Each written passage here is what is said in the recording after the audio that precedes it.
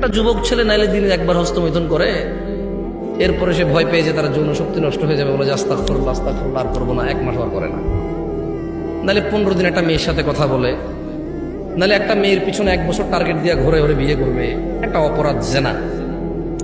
একটা লোক নাহলে 1 বোতল মদ খাইছে বন্ধু বান্ধব নিয়ে বৈশা, মদ পৃথিবীর মানে অন্যতম অপরাধের মধ্যে একটা, কারণ এই মদ খেলে মানুষ জানাও করে, মদখোর জানাও করে, অশ্লীলতা জড়াই পড়ে। এখন এই 1 বোতল মদ খেলো, পরের দিন আরে সব মানুষ কি ব্যবসায়ী হয় নাকি? এই এলাকার পোলাপানে সিগারেট খায়, খুঁজা খায়, আমি জানি এরকম বহুত পোলাপান আছে, দোস্ত একটা দিই, তার কাছে টাকা নাই একটা সিগারেট খাওয়ার, তো তাহলে কয় প্যাকেট সিগারেট খাই দিবি? অত টাকা নাই তো। ওরা বড় যে টাকা দিচ্ছে, স্যান্ডেল কিনছে, জুতা কিনছে, মোবাইলে রিচার্জ করছে পাবজি খেলার জন্য, প্রেমিকার মোবাইলও কিছু টাকা পাঠাইছে, এরপরে কয় টাকা থেকে সিগারেট খাওয়া দিল ভাই? ওর বাপ 1 লাখ ইনকাম করে, 4 বারে পকেট খরচ দেয়। তো দেখলাম যে আমি যখন ছোট ছিলাম চিন্তা করলাম যে আসলে সে যে অপরাধ করে, অপরাধের একটা সীমা আছে। আপনি একটা মহিলার সাথে ঘুমালেন জানা করতে, কতক্ষণ তার সাথে ঘুমাবেন? কতদিন লাগাতার এভাবে আপনি জানা করেন? আমি চিন্তা করলাম 99টা দফতর খুলবে অপরাধের। হাউ আমি তখন যখন ওই যে আরো ছোট ছিলাম, আমি সৌদি আরবে ছিলাম তখন। তো সৌদি আরবের পোলাপাইনের যে আমার বন্ধু বান্ধব, তাদের অপরাধ, সৌদি পোলাপাইন আর আমি কি সমান?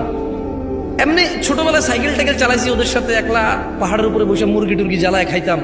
তো এদের অপরাধের মধ্যে দেখতাম যে গান শুনে 2-4টা গালাগালি করে, মাঝে মধ্যে 1-2টা সিগারেট খায়,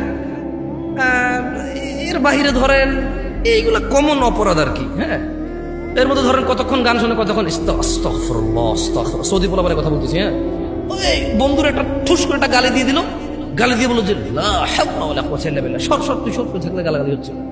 মানে দেখতেছি ইনস্ট্যান্ট আবার সে আল্লাহর কাছে ক্ষমা চাচ্ছে, অপরাধ করতেছে। তো আমি যখন এই হাদিস পড়লাম যে একটা মানুষের সামনে আল্লাহ বিচারের মাঠে 99টা দফতর খুলবে, দফতর, শুধু এগুলো সব অপরাধ। তখন আমি চিন্তা করলাম, আচ্ছা এই সব অপরাধ একটা লোক 60 বছর বাঁচে, এত দফতর হবে কিভাবে? ছোট মানুষ না। যেমন আপনি ছোটবেলায় মনে আছে কিনা, আপনার আম্মা আপনাকে গল্প শোনাইতো, তুই যে আম্মুর কথা শুনোস না, আম্মু মরে গেলে তোরা আরেক বিবাহ করলে, সৎমা আসলে কথা না শুনলে তখন কি করবি, এরকম শুনেছে না? আপনি তখন চিন্তা করতেন যে আইরি আমি ওই যে ড্যাঙ্গার ভিতরে বাগানে পায়খানা করতে যাবো কিভাবে, জিনভূত আছে আমার আম্মা মরে গেলে, কার নিয়ে ঘুমাবো, এরকম চিন্তা করে নাই কেউ এখানে? আমার আম্মা যখন আমাকে এরকম শোনাইতো, আমি চিন্তা করতাম আম্মা মরে গেলে আবার কার সাথে ঘুমাবো? ছোট ছিলাম তো। সত্যি বলছি, আপনাদের এরকম হয় নাই? হয় নাই এরকম আপনাদের? তো ওই ছোট মানুষ তো ছোট চিন্তা। এখন কি আর কেউ এরকম মনে করে মা মরে গেলে কার সাথে থাকবে, কাকে মা ডাকবে? কেউ মনে করে না, কেউ এরকম ফিল করে না তার মা বাপকে। একটু যখন নিজে নিজে খেতে পারে, নিজে নিজে হাঁটতে পারে, 4টা বন্ধু আছে, 5টা বান্ধবী আছে, চাকরি আছে, ব্যবসা আছে, বাণিজ্য আছে, টাকা আছে, বউ আছে, ছেলে মেয়ে আছে, এখন আর কেউ মা বাপ মরে গেলে গিয়ে আর বাঁচলেই।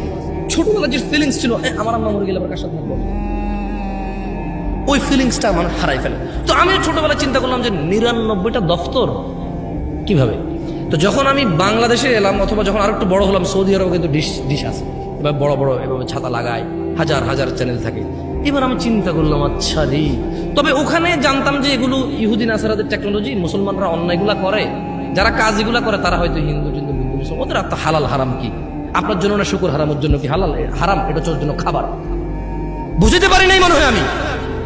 আপনি পরনিন্দা করলে এটা আপনার জন্য না গীবত? অনেকের জন্য তো এই মাসলা মাসাইলই নাই ওর দিনের মধ্যে, যেটা কি মাসলা কি মাসাইল, ঠিক না?